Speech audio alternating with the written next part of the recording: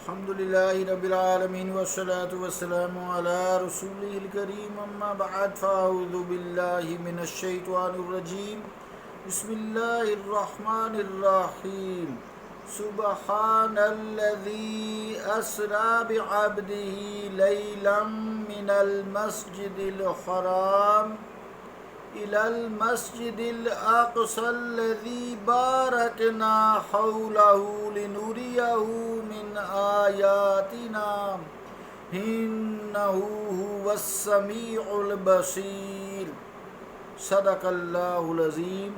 واجب الاحترام سامعین، السلام علیکم ورحمۃ اللہ وبرکاتہ۔ سورہ بنی اسرائیل کی پہلی آیت تلاوت کرنے کی سعادت حاصل ہوئی ہے۔ اس آیت کا ترجمہ یوں ہے: ہر عیب سے پاک ہے وہ ذات جس نے سیر کرائی اپنے برگزیدہ بندے کو رات کے قلیل عرصہ میں مسجد حرام سے مسجد اقصی تک بابرکت بنا دیا ہے ہم نے جس کے گرد و نواح کو، تاکہ ہم دکھائیں اپنے برگزیدہ بندے کو اپنی قدرت کی نشانیاں۔ بے شک وہی ہے سب کچھ سننے والا، سب کچھ دیکھنے والا۔ اللہ کا قول سچا ہے جو بڑی ہی عظمت والا ہے۔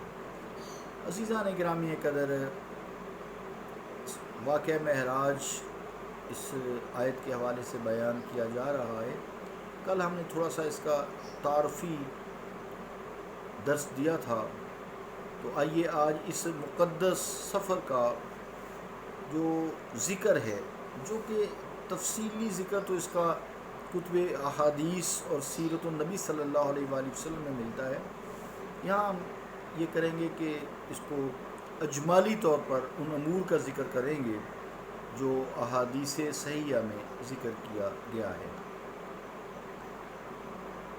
اس طرح ہے کہ حضور کریم علیہ السلام ایک رات خانہ کعبہ کے پاس حتیم میں آرام فرما رہے تھے۔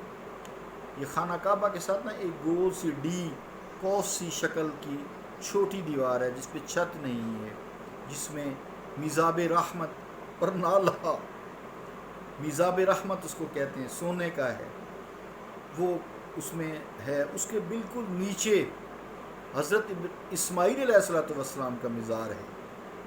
کسی کو ویسے پتہ ہے، اس سے جو لوگ جائیں اس میرے درس کے والے سے، میزاب رحمت کے اوپر نیچے بالکل جو ہے نا، اوپر سے میزاب رحمت آ رہا ہے، اس کے بالکل نیچے کھڑا نہ ہوا کریں، ادب کر لیا کریں۔ چلو اللہ معاف فرمانے والا ہے، بہتر جانتا ہے، اللہ نیتوں کو جانتا ہے۔ اس کوس کو ڈی شیپ شکل کو جس پہ چھت نہیں ہے، وہ خانہ کعبہ کا حصہ ہی ہے، اسے حتیم بولتے ہیں۔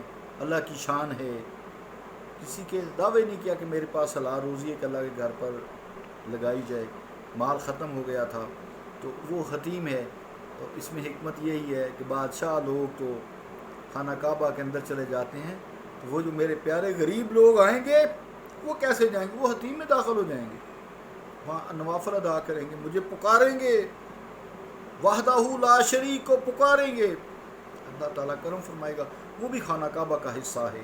تو وہاں آپ صلی اللہ علیہ وآلہ وسلم جو ہے آرام فرما رہے تھے، خواب سے بیدار ہوئے، خداوند کریم نے اپنے ارادہ کی آگاہی بخشی، حضور کریم علیہ السلام اٹھے، آب زمزم، چاہے زمزم یعنی کنواں جو آب زمزم کا ہے، اس کے قریب لائے گئے، سینہ مبارک کو چاک کیا گیا، قلب عطر میں ایمان و حکمت سے بھرا ہوا تشت انڈیل دیا گیا، اور پھر سینہ مبارک درست کر دیا گیا۔ حرم سے باہر تشریف لاتے ہیں تو سواری کے لیے ایک جانور پیش کیا جاتا ہے جو براق کے نام سے جانا جاتا ہے۔ اس کی تیز رفتاری کا یہ عالم ہے کہ جہاں نگاہ پڑتی ہے وہاں اس کا قدم پڑتا ہے۔ حضور کریم علیہ السلام اس پر سوار ہو گئے، سبحان اللہ، اور سوار ہو کر بیت المقدس میں تشریف لائے، اور جس حلقہ سے جملہ انبیاء کی، باقی سارے انبیاء کی سواریاں باندھی گئی تھیں، اس سے براق کو بھی باندھا گیا۔ حضور کریم علیہ الصلوۃ والسلام مسجد اقصیٰ میں تشریف لے گئے، جہاں جملہ انبیاء جو سابقین ہیں، سارے انبیاء حضرت آدم سے لے کے آپ صلی اللہ علیہ وسلم پہلے تک، حضرت عیسیٰ علیہ الصلوۃ والسلام تک حضور کے لیے سارے چشمے بر راہ تھے۔ حضور کریم علیہ الصلوۃ والسلام کی ابتدا میں سب نے نماز ادا کی، امام الانبیاء وجود تھے۔ اس طرح جو قرآن مجید نے فرمایا نا لَتُؤْمِنُنَّ بِهِ، سارے انبیاء سے میثاق لیا تھا نا کہ میرے رسول پر ایمان لانا، میرے حبیب پر ایمان لانا، تو وہ جو عہد روز اول سے چلا آ رہا تھا انبیاء سے، وہ آج اس کی تکمیل ہوئی۔ تو ارواح انبیاء سے جو عہد لیا گیا تھا اس کی تکمیل ہوئی کہ تم میرے محبوب پر ضرور ایمان لانا۔ بعد ازاں جو براق ہے موکب ہمایوں بلندیوں کی طرف پرکشا ہوا، اور مختلف طبقات آسمان پر مختلف انبیاء سے ملاقاتیں ہوئیں۔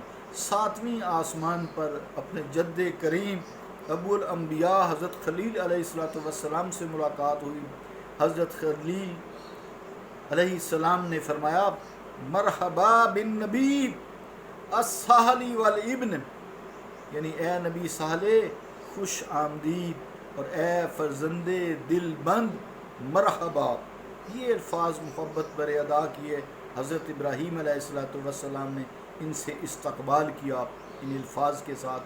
حضرت ابراہیم بیت المعمور سے پشت لگائے بیٹھے تھے۔ حضور کریم علیہ السلام آگے بڑھتے ہیں، سدرۃ المنتہا تک پہنچتے ہیں، جو انوار ربانی کی تجلی گاہ ہے۔ اس کی کیفیت الفاظ کے پیمانوں میں سما نہیں سکتی۔ عقاب ہمایوں یہاں بھی آشیاں بند نہیں ہوتا ہے اور آگے بڑھتا ہی چلا جاتا ہے۔ کہاں تک گئے ہم کیا جانے، ہم نہیں اس کو سمجھ سکتے۔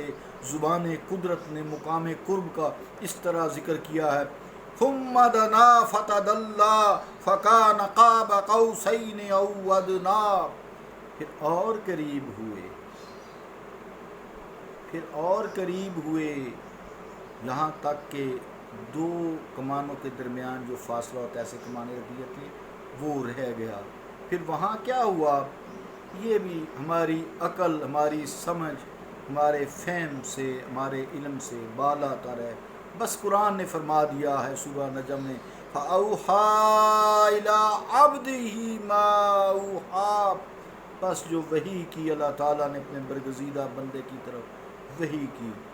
علامہ سید سلیمان ندوی رحمۃ اللہ علیہ کے الفاظ کچھ یوں ہیں، پھر شاہد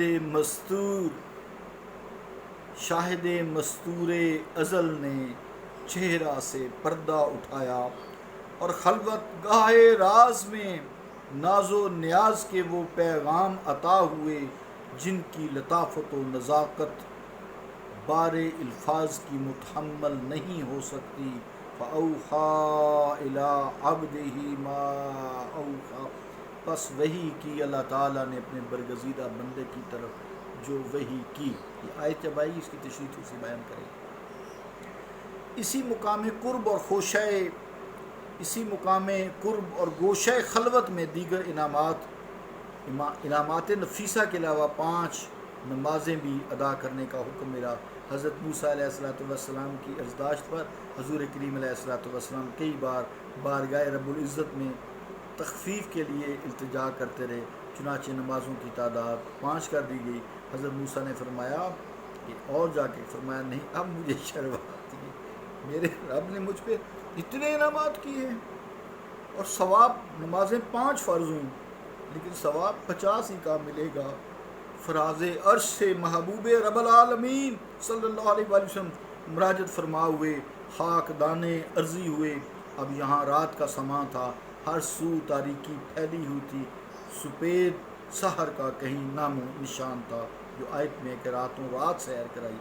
اللہ رب العالمین ہمیں حضور کریم علیہ السلام سے محبت و عقیدت عطا فرمائے، اتباع اطاعت عطا فرمائے۔ صلی اللہ تعالیٰ علیہ رسول خیر خلقہ محمد وعلی آلہ وصحبہ اجمعین برحمتک یا ارحم الراحمین۔